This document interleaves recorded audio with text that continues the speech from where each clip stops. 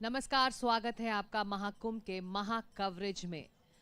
पौष पूर्णिमा का स्नान और फिर मकर संक्रांति का अमृत स्नान, इन दोनों पवित्र स्नानों के बाद औपचारिक तौर से महाकुंभ की शुरुआत हो चुकी है। कल करीब 3.5 करोड़ लोग यहां पर स्नान के लिए पहुंचे थे। अगला बड़ा स्नान 29 जनवरी को मौनी अमावस्या का है। तब उम्मीद की जा रही है कि इससे कहीं ज्यादा लोग यहां संगम पर जुटेंगे। लेकिन 45 दिनों तक चलने वाले इस मेले में जो जमावड़ा होगा श्रद्धालुओं का, वो इसी तरह लगातार बना रहेगा। हर कोई यहाँ पर धर्म, अध्यात्म, आत्मशुद्धि, शांति, सुकून के लिए पहुंच रहा है। ये एक अलग ही अनुभव है। आप यहाँ आएंगे तो तभी इसे महसूस भी करेंगे।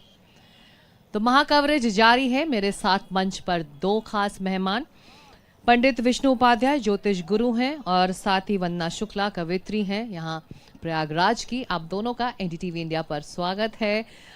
मेले का रंग तो जम चुका है, पहला अमृत स्नान भी हो गया। श्रद्धालु उतनी ही आस्था से, उतनी ही भक्ति से यहाँ पहुँच रहे हैं। तो आपने कुछ अपने शब्दों में कुंभ के रंग को समेटा है वंदना? जी बिल्कुल, लेकिन जो प्रयाग की महिमा है, क्योंकि पहला मेरे ख्याल से मैं इस मंच पर हूँ तो मैं आपको प्रयाग से परिचित कराती हूँ और 4 पंक्तियाँ प्रयाग के नाम पर पढ़ती हूँ, सुनिएगा। हम सबके लिए प्रयाग क्या है? वैसे हम लोग तो कहते कि हमारे लिए, पर इस वक्त संपूर्ण भारत के लिए प्रयाग क्या है वो पढ़ती हूँ, सुनिएगा। मेरी शान है जिससे वो पावन नाम है गंगा, क्योंकि गंगा माता का तीर है। तो ये 4 पंक्तियाँ माँ गंगा को समर्पित करती हूँ, फिर प्रयाग तक आपको ले चलती हूँ। मेरी शान है जिससे वो पावन नाम है गंगा, बही शिव की जटा से जो वो धवलित धार है गंगा। अरे संसार के सागर में फंसकर डूबने वालों, अरे संसार के सागर में फंसकर डूबने वालों, चले आओ शरण में सबकी तारनहार है गंगा। चले आओ शरण में सबकी तारनहार है गंगा। और जैसा कि मैंने कहा कि प्रयाग का क्या महत्व है वो भी बताती हूँ। संस्कृति है जिसकी माटी, संस्कृति है जिसकी माटी, श्रद्धा श्रृंगार है, पावन पुनीत संगम गंगा की धार है। और हनुमत भी जहाँ आकर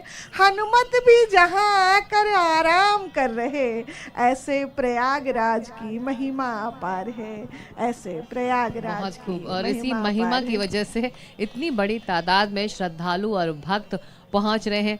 पंडित जी, अब कुंभ तो 3 और नगरी में भी होते हैं, उज्जैन, नासिक, हरिद्वार, लेकिन प्रयागराज के कुंभ की महत्व क्या है? और ये महाकुंभ है, 144 साल बाद आया है, तो इसकी अहमियत हम सब समझते हैं, लेकिन प्रयागराज में जब कुंभ होता है तो किस तरह से अलग हो जाता है? देखिए, पहले नंबर तो प्रयागराज तीर्थों की नगरी और तीर्थों की राज होने के नाते इनको प्रयागराज मिला। जो सारे तीर्थों को लीड करता हो और जो तीर्थों का राजा होता हो वही प्रयाग है। और जैसे कि यहाँ पर हर कोई लोग जानते हैं, आप सभी भी जानते हैं कि देवदानव द्वारा सागर मंथन हुआ, वह श्रम मंथन हुआ जिससे अमृत कलश प्राप्त हुई। उसके बाद में देवता और दानवों के बीच में आकाशीय काउंसिल में जो एक 12 दिन तक का जो युद्ध हुआ था, वो कलियुग में आकर के मनुष्य लोक में वह 1 दिन बराबर 1 वर्ष होते हुए हमारी यहाँ 12 वर्ष हुई। 12 वर्ष को हम कुंभ मानते हैं और 6 साल में अर्धकुंभ मानते हैं, और 12 × 12 करने से 144 साल होता है, उसको महाकुंभ माना जाता है। वंदना, आप प्रयागराज की हैं, आप यहाँ के जो स्थानीय लोग हैं उनको भी रिप्रेजेंट करती हैं, तो प्रयागराज के कुंभ का की जो महत्व के बारे में पंडित जी बता रहे थे, क्या यहाँ रह रहे लोगों को ये एहसास है कि ये वो जगह है, ये वो घाट है जो ना सिर्फ देश से बल्कि विदेशों से भी इतने करोड़ों लोगों को खींच लाता है कुंभ जब यहाँ लगता है? बिल्कुल, ये बात सत्य है। और इस समय तो आप प्रमाण देख सकती हैं। और वास्तव में मैंने कहा कि हमें गर्व है। मैं इसी पर कुछ पंक्तियां निवेदित करती हूँ और तो आप करिए। मन से सुनिएगा, क्योंकि ये हमारे प्रयाग के गौरव गान का है। कैसा है प्रयाग, क्या इसकी महिमा है? महिमा जिसकी अद्भुत अपार, महिमा जिसकी अद्भुत अपार, कल कल गंगा की धवल धार।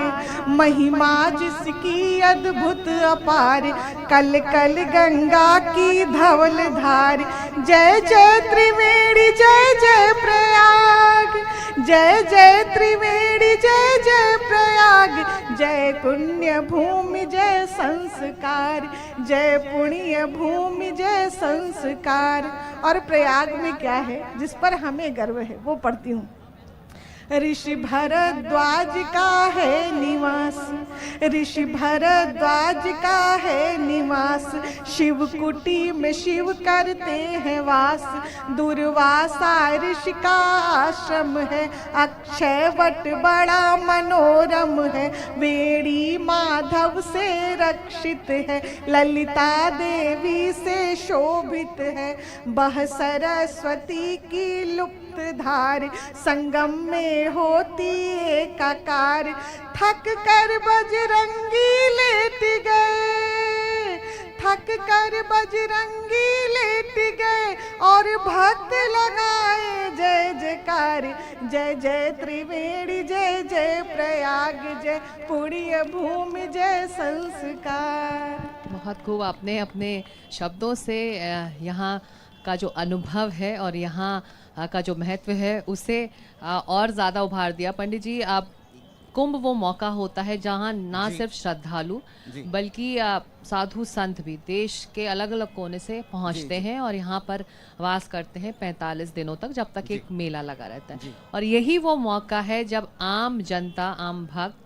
साधु सन्यासियों के इतने करीब जा सकते हैं, उनके अखाड़ों तक जो घाट के उस पार है उन्हें देख सकते हैं, उनसे बातें कर सकते हैं, उनसे चर्चाएं कर सकते हैं। तो उसके महत्व के बारे में बताइए, क्योंकि यही वो मौका होता है जब आम जनता उनसे जुड़ पाती है। पहले नंबर तो प्रयागराज को भगवान श्री राम ने भी दर्शाए थे। जब तुलसीदास जी रामायण लिखते हैं तो तुलसीदास जी के रामायण में एक चर्चा आती है, जब रामचंद्र, सीता, लक्ष्मण जी वनवास को आए थे तो यहीं पर आकर के त्रिवेणी संगम में रुके थे। और तुलसीदास जी ने इस तरीके से व्याख्या की है त्रिवेणी संगम के, को कही सकहूँ प्रयाग प्रवाहु, यानी कि कौन प्रयाग का प्रभाव को वर्णन कर सकता है। कलुष कुंज पुंजर मृगराऊ, यानी कि यहाँ पर जितने भी पाप रूपी हाथी के समूह हैं, पुण्य रूपी शेर इनको बध करके यहाँ पुण्य ही पुण्य का उपार्जन होता है। जो एक बार हमारे धर्मशास्त्रों ने प्रयाग के कुंभ के लिए बताया भी गया है कि अश्वमेध सहस्त्राणि वाजपेय शतानि च लक्ष्य प्रदक्षिणा भूमौ कुंभसानेन तत्फलम, यानी कि एक बार जैसे कि वाजपेय जो धर्मशास्त्र का बताना है कि सहस्त्र बार अश्वमेध यज्ञ और लाखों बार वाजपेय यज्ञ और करोड़ों बार पृथ्वी का परिक्रमा करने से जो पुण्य मिलता है उससे भी अधिक पुण्य एक बार आकर के महाकुंभ में स्नान करने से मिल जाता है। संत भी एक तीर्थ है, अगर तीर्थ हो वहाँ संत न हो तो तीर्थ पूर्ण गरिमा नहीं होता है। इसीलिए संतों के चरण धूलि जहाँ पड़ते हैं वह ऐसे भी तीर्थ होता है। उसके साथ साथ में भी प्रयागराज में इतने साधु संत, यानी कि आधा आबादी भारत जो है वो यहाँ पहुँच रहा है। 40 से 60 करोड़ जनता की यहाँ पर उपस्थित, श्रद्धालुओं की उपस्थित आधा भारत की उपस्थिति है। क्योंकि बाल बच्चे छोटे छोटे यहाँ कोई नज़र नहीं आ रहे हैं, जो भी आ रहे हैं तो एडल्ट आ रहे हैं, कुछ बुजुर्ग लोग आ रहे हैं, एकदम बुजुर्ग भी नहीं आ रहे हैं। तो इसका मतलब भारत का जितना शक्ति है, जितना युवा वर्ग है, जितना उत्साहित वर्ग है, जितने श्रद्धालु हैं वो यहाँ आकर के गोता लगा रहे हैं। जी, इससे बड़ा तीर्थ नहीं हो सकता, पर ये तीर्थ युवाओं को भी जोड़ रहा है, आम लोगों को भी जोड़ रहा है। ज़रूरी नहीं कि आपके मन में आस्था भक्ति हो, आप यहाँ का अनुभव लेने के लिए भी पहुँचते हैं और ऐसे बहुत सारे लोग वरना यहाँ पहुँचे भी हैं। भले ही वो ज़्यादा पूजा पाठ ना करते हों, लेकिन इसका अनुभव ही एक अलग तरह का अनुभव होता है, इसलिए वो यहाँ पहुँच रहे हैं। तो क्या आपको लगता है कि आज की जो पीढ़ी है वो उतना जुड़ पाती है इस कुंभ से, इस पूरे आयोजन से? देखिए, मेरा मानना है कि लोग जुड़े तो हैं, और जैसा कि आप सभी जानते हैं कि यहाँ लेटे हुए हनुमान जी हैं। बात थोड़ी सी हास्यप्रद है, पर मैं मानती हूँ कि इस समय जो शासन प्रशासन है उसका बड़ा योगदान है। मैं 4 पंक्तियाँ ऐसे ही पढ़ती हूँ, क्योंकि क्यों युवा भी हमारे धर्म से जुड़ गए, वो 4 पंक्तियाँ और बताती हूँ कि जो प्रेम ख्वाब थे सभी वो ध्वस्त हो गए, सब प्यार करने वाले इनसे त्रस्त हो गए, और जब से एंटी रोमियो साहब ने लगाया, सब छोड़ के बजरंग बली के भक्त हो गए। जय हो, जय हो, जय हो। तो युवा भी जुड़े हैं, कारण कुछ भी हो सकता है, हम ऐसा भी ले सकते हैं। और मैं, जैसा कि अभी माघ का है, तो माघ, अभी पंडित जी ने बताया कि ये माघ का मेला हर वर्ष लगता है इस माघ के महीने में। उसका वर्णन बताती हूँ कैसा है, सुनिएगा। कि प्रतिवर्ष माघ का मेला है, प्रतिवर्ष माघ का मेला है, भक्तों का रेलम रेला है, साधु संत सब आते हैं, संगम में डुबकी लगाते हैं, और जुटती है कुंभ में भीड़ बड़ी। ऐसा नहीं है कि इस वर्ष आंकड़े टूट रहे हैं, पर भीड़ तो हर वर्ष होती है।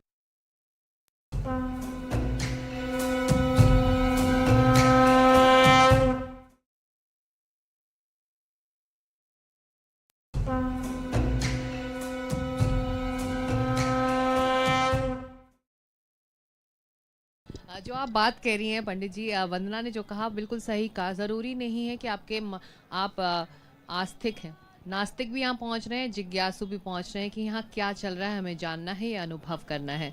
और जो आयोजन रहता है कुंभ का, भव्य और दिव्य तो हमेशा रहता है। इस बार कोशिश रही कि इसे डिजिटल भी कर दिया जाए, तो भव्य, दिव्य और डिजिटल, तो ये बदलाव कुंभ मेले का इस बार देखने को मिला है। तो आपके मुताबिक क्या क्या बड़े बदलाव वक्त के साथ साथ कुंभ मेले में हुए हैं? कुंभ मेले में नहीं, अभी पूरे विश्व में एक सनातन धर्म की जो उत्सुकता और जागरूकता काफ़ी डेवलप हुई है, डिजिटल के माध्यम से हो, चाहे किसी भी तरंग के माध्यम से हो। जैसे कि आप लोग जितने मीडिया से भी फोकस कर रहे हैं ना, इससे भी लोगों में एक उत्साह, जो जागरूकता, जो जिज्ञासा है, वो भी कुछ ना कुछ उनकी मतलब निदान मिल जाती है। और साथों साथ बात यह है कि हम जान करके भी हो, अनजान से भी हो, अग्नि में हाथ डालेंगे तो हमारी शरीर जलेगी। इसी तरह यहाँ पर गंगा, यमुना, सरस्वती जो संगम स्थल है, यहाँ आकर के जो भी जाने अनजाने किसी भी तरह से यहाँ की सरिता की जल को तो भूल जाइए, बालू की रेत भी लग जाए बदन पे तो उनकी मोक्ष निश्चित है। क्योंकि यह बहुत ही परम पवित्र धरा है, जहाँ पर 33 कोटि देवी देवताओं ने वास किए हैं। यहाँ पर कहीं लेटे हुए हनुमान जी हैं, सामने में विंध्याचल है, विंध्यवासिनी माता हैं, यहीं से नज़दीक में अपना काशी वाराणसी है, यहाँ से करीबन 150 किलोमीटर में अयोध्या है। तो इस तरीके से हमारी इस भूमि को चारों तरफ देवताओं ने ऐसे पुण्य धरा बना दिए हैं कि जो यहाँ पर जाने अनजाने किसी भी हालत में पहुँच गए, उनका मोक्ष निश्चित है, वो पवित्र हो जाते हैं। तो आप लोग ने जो महाकुंभ महाकवरेज रखे हैं एनडीटीवी की तरफ से, आप सभी को भी मैं बहुत बहुत धन्यवाद ज्ञापन करता हूं। और जितने भी यहाँ पर श्रद्धालु लोग आए हैं, जिनके मन में कुछ जिज्ञासा हो हम लोग के इस कार्यक्रम से, उन लोग का जिज्ञासा में कुछ ना कुछ अगर प्रश्न का उत्तर मिल गया हो, अगर सवाल का जवाब मिल गया हो, जी बिल्कुल मिलेगा। तो वक्त बहुत कम है, तो चलते चलते वंदना, आपकी ही लाइनों से, आपके ही शब्दों से इस कार्यक्रम को खत्म करते हैं। बिल्कुल, और ये अंतिम 4 पंक्तियां, और क्योंकि महाकुंभ का वर्णन भी आवश्यक है तो वो पढ़ती हूँ। है महाकुंभ की अजब छटा, जो आप देख रहे हैं, है महाकुंभ की अजब छटा, दामिन बिच ज्यों हो इंद्र घटा, छलकी अमृत रस की गगरी, गए महाकुंभ डिजिटल नगरी, सब पाप कष्ट मिट जाएंगे, घर कल्पवास कर जाएंगे। करेंगे। मन वीणा गाती भक्ति राग, पुलकित मन नर के जगे भाग। सब पाप धुलो अपने आके, सब पाप धुलो अपने आके, अवसर न मिलेगा बार बार। जय जय महाकुंभ, जय महाकुंभ। और चार पंक्तियाँ और गंगा जी को ही समर्पित करती हूँ, क्योंकि बात माँ से ही प्रारंभ किया था और वहीं से समापन भी करती हूँ कि त्रिपथ गामिनी तरल तरंगा, त्रिपथ गामिनी तरल तरंगा, भय हारिणी दुख दारुण भंगा। त्रिपथ गामिनी तरल तरंगा, भय हारिणी दुख दारुण भंगा। देव नदी जय मोक्षदायिनी, देव नदी जय मोक्षदायिनी। पतित पावनी जय माँ गंगा, पतित पावनी जय माँ गंगा, जय माँ मैं एक गंगा। शब्द रखना चाहता बहुत हूँ शुक्रिया जी। जी। यहाँ पर गंगा यमुना सरस्वती का संगम स्थल है, लेकिन सरस्वती अदृश्य हैं। क्यों जानते हैं कोई लोग?